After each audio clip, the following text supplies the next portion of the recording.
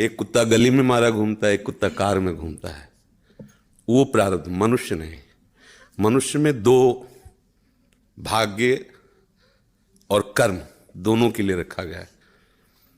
अगर हमारा भाग्य जोरदार पड़ गया तो हमारे कर्म फेल हो जाएंगे, और कर्म जोरदार पड़ गया तो भाग्य को दबा देगा।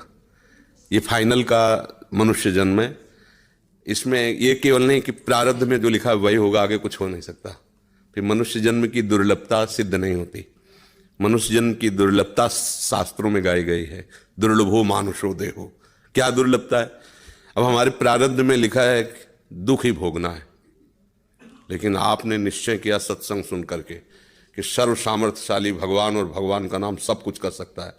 अब सब कुछ बदल जाएगा, आपका प्रारब्ध बदल जाएगा, सब बदल जाएगा। जैसे मार्कंडे नाम के एक ऋषि थे, तो उनके पिताजी बहुत बड़े ज्योतिषाचार्य ब्रह्म ऋषि थे। तो जो ही वो पैदा हुए तो कुंडली बनाई, तो उसमें लिखा था 5 वर्ष की आयु। बड़े चिंतित हुए, क्योंकि बड़ी तपस्या के बाद ऐसा पुत्र हुआ और 5 वर्ष जिएगा। प्रारब्ध 5 वर्ष का था। तो उनका मनुष्य जन्म केवल प्रारब्ध के अधीन नहीं है, उपाय के भी अधीन है। कर्म का मतलब उपाय भी करें हम उसका।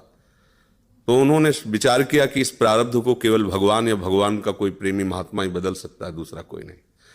तो जैसे जैसे वो सयाने होते गए, एक एक दिन वो नोट करते हुए, पिता है जब थोड़ा सा 3-4 के बीच की अवस्था है, तो उनका बेटा मेरी एक बात माना करो, ये गंगा के किनारे जितने भी कोई ऋषि महात्मा संत दिखा, सबको साष्टांग प्रणाम करो। अब वो बालक थे, अब संतों को प्रणाम करने की उन्होंने, क्योंकि जानते थे कि संतों की कृपा दृष्टि पड़ जाए तो प्रारब्ध का नाश हो सकता है।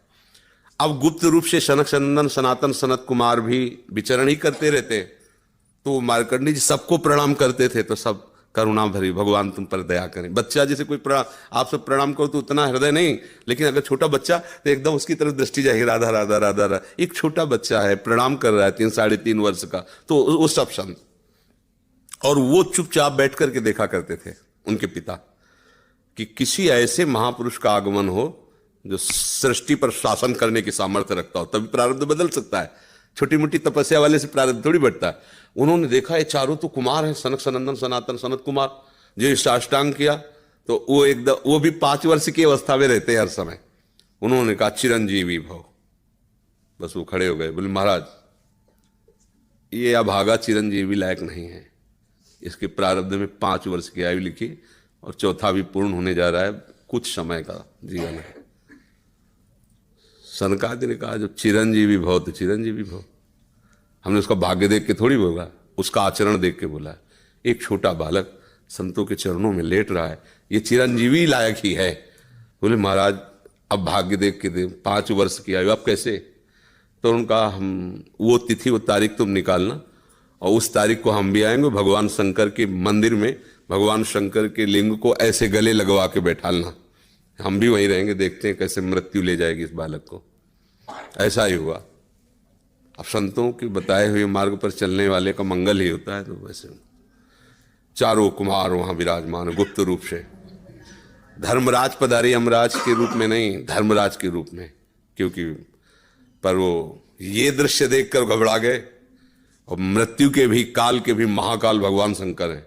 उनका स्मरण किया कि भगवान आपके ही विधान का हम पालन करते हैं, जो आप आज्ञा करते हैं। 5 वर्ष की आयु है, वो आयु आज खत्म होने जा रही है, समय पूरा हो गया, पर मेरी ताकत नहीं कि आपसे छीन कर मैं ले जाऊं आपको गले लगाए हुए से। तो प्रभु आप प्रकट होइए और बताइए कि हम आपके कानून का आप कैसे पालन करें।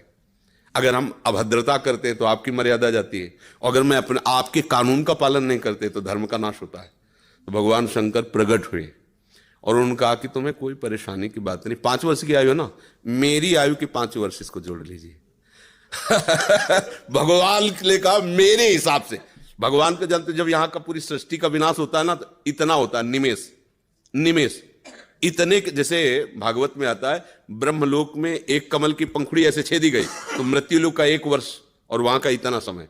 तो भगवान का निमेष और ब्रह्मा की पूरी की आयु व्यतीत हो गई। आज भी अविनाशी हैं मार्कंडे ऋषि, आज भी विराजमान है।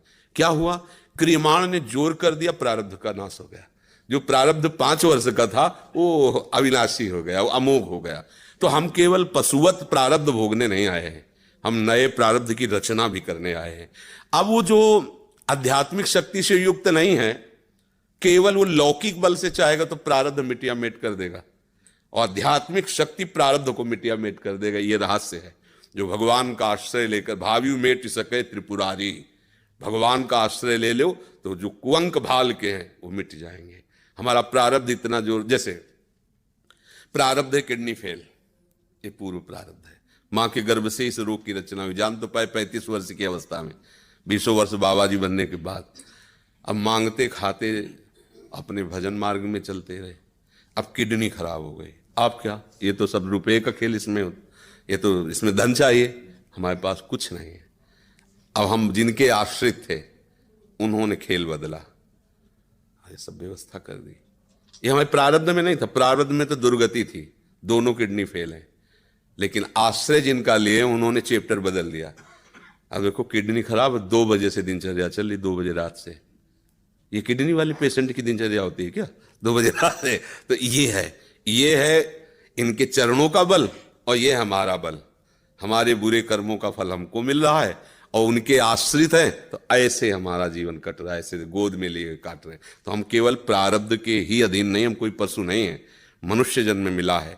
हम नया कर्म करें ऐसा कि हमारे प्रारब्ध, बुरे प्रारब्ध का नाश हो जाए। हम ऐसे भगवान का आश्रय लेकर भजन करें कि हमारा, अच्छा भगवान सब कुछ है। जैसे आपको धन चाहिए तो लक्ष्मीपति है, यश चाहिए तो पुण्य श्लोक है, उन्हीं की कीर्ति से समस्त शास्त्र भरे हुए। जो चाहिए, रूपवान, गुणवान, धनवान, वैभववान, वो सबके समुद्र हैं, उनका आश्रय ले लो, सब कुछ हो जाएगा। अब अगर केवल धन पर लक्ष्य रखोगे और भगवान का आश्रय नहीं लिया तो बुरे कर्मों से भी तुम नहीं बच पाओगे। अब उपाय ये करना चाहिए कि हमारे नए कर्म ऐसे बलवान होने चाहिए कि जो बुराइयां हमसे पीछे हुई वो हमें परास्त न कर पाए। अगर हम यश चाहने की कोशिश करें तो भगवान का नाम कीर्तन करें, गुण और संयम से रहें, सबको सुख पहुंचाएं, अपने आप यश होगा। और अपने यश के लिए हम दंभ पाखंड करें तो बाद में ऐसी कालिक पोतेगी कि ना लोक के रह जाओगे ना परलोक के रह जाओगे। तो हमें यश चाहिए, धन चाहिए, सुख चाहिए, तो एकमात्र भगवान का सहारा लेकर हम भागवतिक आध्यात्मिक कर्म ऐसे करें जिससे सबका मंगल हो जाए, सबको सुख प्राप्त हो जाए। जैसे हमें अच्छा भोजन चाहिए तो दूसरे की थाली से छीने नहीं, अपनी थाली का दूसरे को पवा दे। अब तुम्हारे लिए जो व्यवस्था होगी बड़ी हाई क्लास की होगी, क्योंकि वो सरकारी होगी। वो देख रहा है ना, तुम दूसरों के लिए अपने सुख का त्याग कर रहे हो, तो तुम्हें कभी दुखी देख ही नहीं सकता। दुख उसको मिलता है जो अपने सुख के लिए दूसरों को दुख देता है, दूसरे के सुख का नाश करता है, फिर मालिक उसके सुख का नाश कर देता है। और ये सबको बात लगभग पता है कि किसी को भी दुख देने से तुम्हें सुख नहीं मिल सकता, पर कोई चूकता नहीं अवसर आने पर दूसरे के दुख को दे करके, और वो सुख भोगना चाहता है, इसलिए वो दुखी रहता है।